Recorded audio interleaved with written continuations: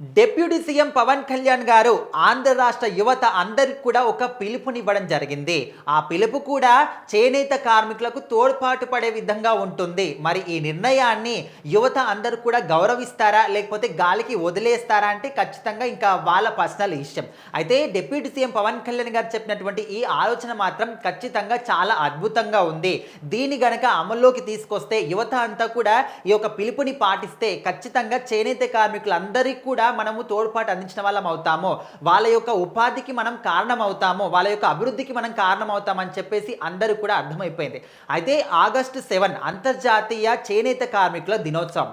అయితే ఈ సందర్భంగా పవన్ కళ్యాణ్ గారు ఆన్లైన్ ద్వారా ప్రేక్షకులతోని మాట్లాడడం జరిగింది. సో మరి చేనేత కార్మికుల కంటే మన దేశంలోనే, మన భారతదేశంలోనే చేనేత కార్మికులకు ఒక ప్రత్యేకమైన స్థానం ఉంది. ఎందుకంటే మనం ప్రపంచ దేశాలన్నిటికీ కూడా మన దేశం నుంచి ఒకప్పుడు వస్త్రాలన్నీ కూడా పంపిణీ జరిగేవి.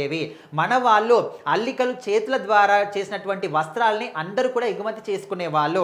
మన దగ్గర ఎక్కువగా కాటన్ పండేది కాబట్టి కాటన్ ద్వారా మన వాళ్ళు చేనేత కార్మికులే వస్త్రాలని అందరినీ కూడా నేసేవాళ్ళు. సో ఆ విధంగా చాలా దేశాలు, ప్రపంచ దేశాలు కూడా మన దగ్గర ఉన్నటువంటి ఈ టెక్నాలజీ ఉపయోగించుకొని ఇప్పుడు వస్త్రాల తయారీని అందరూ కూడా చేసుకుంటూ ఉన్నారు. సో ఈ విషయాన్ని కూడా పవన్ కళ్యాణ్ గారు గుర్తు చేశారు. సో ఈ సందర్భంగా ఆయన మాట్లాడుతున్నప్పుడు ఏం చెప్పారంటే, వారంలో ఒక 2 రోజులు చేనేత కార్మికులు తయారు చేసినటువంటి వస్త్రాలని మనందరం కూడా ధరిద్దాము, మెయిన్గా యువత.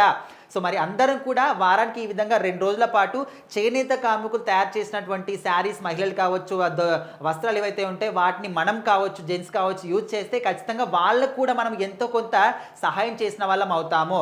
వాళ్ళ ఉపాధి ఇంకా మెరుగుపడుతుంది, వాళ్ళు కూడా ఇంకా డెవలప్మెంట్ అవుతారు. సో ఈ మధ్యకాలంలో అన్ని కూడా ఆటోమేటిక్ మిషన్స్ వస్తూ ఉన్నాయి, ఎలక్ట్రిక్ మిషన్స్ వస్తూ ఉన్నాయి కాబట్టి ఎక్కువ మంది కూడా చేనేత కార్మికుల తయారు చేసినటువంటి బట్టలకి ఎక్కువగా మొగ్గు చూపించట్లేదు. సో అందరూ కూడా మెషిన్స్ తయారు చేసినటువంటి రంగురంగుల బట్టలు వాటికి అలవాటు పడుతూ ఉన్నారు. సో ఓకే, ఆ విధంగా అలవాటు పడ్డా కూడా ఓకే. బట్ వారంలో ఒక 2 రోజులైనా కూడా చేనేత కార్మికులు తయారు చేసినటువంటి వస్త్రాలు మనం ధరిస్తే ఖచ్చితంగా మన యొక్క సంపద ఇది, మన దేశ యొక్క సంపద. అలాంటి ఒక కళని మనం కాపాడుకున్న వాళ్ళం అవుతాము. ఆ కళని ఇంకా కూడా వాళ్ళ వారసత్వంగా తీసుకొస్తున్నటువంటి కుటుంబాలు ఏవైతే ఉన్నాయో వాళ్ళందరూ కూడా ఉపాధి కలిగించిన వాళ్ళం మనం అవుతామని చెప్పేసి కూడా పవన్ కళ్యాణ్ గారు ఒక అద్భుతమైనటువంటి ఆలోచన చెప్పారు. యువత అందరూ కూడా ఆయన పిలుపునిచ్చారు. సో ఖచ్చితంగా యువత అందరూ కూడా ఈ యొక్క పిలుపుని పాటిస్తే ఒక కార్మికులు ఎవరైతే ఉన్నారో చేనేత కార్మికులు, వాళ్ళకి మనం ఉపాధి కలిగించిన వాళ్ళం అవుతాము. అండ్ అదేవిధంగా రీసెంట్గా మనం చూసాం, చంద్రబాబు నాయుడు గారు కూడా ఒక పథకాన్ని అమల్లోకి తీసుకొచ్చారు. అండ్ ఆగస్ట్ 7 నుంచి అంటే చేనేత కార్మికుల అంతర్జాతీయ దినోత్సవం నుంచే కూడా అది అమల్లోకి వస్తుందని కూడా చెప్పారు. అంటే హ్యాండ్లూమ్స్ ఏవైతే ఉంటాయో వాటికి 200 యూనిట్ల వరకు కూడా కరెంట్ ఫ్రీ. అదేవిధంగా పవర్ లూమ్స్ ఏవైతే ఉన్నాయో వాటికి 500 యూనిట్ల వరకు కూడా కరెంట్ ఫ్రీగా. సో అంతకన్నా మించి కొంచెం ఎక్కువ కరెంట్ కాలిందనుకో ఖచ్చితంగా దాన్ని కట్టుకోవాలి, అది కూడా రాయితీ రూపంలోనే కట్టుకోవాలని చెప్పేసి కూడా మనకు సిబిఎన్ గారు చెప్పారు. అదేవిధంగా సంవత్సరానికి ఇంత అమౌంట్ కూడా 25,000 కూడా ప్రతి ఒక్క చేనేత కార్మిక కుటుంబానికి ఇస్తామని చెప్పేసి కూడా ప్రభుత్వం తరపున ఆయన చెప్పడం జరిగింది. సో ఈ యొక్క పథకాల ద్వారా సుమారుగా 93,000 కుటుంబాలకు ఉపాధి కలుగుతుంది, లబ్ధి చేకూరుతుంది అనే విధంగా కూడా ప్రభుత్వం చెప్పింది.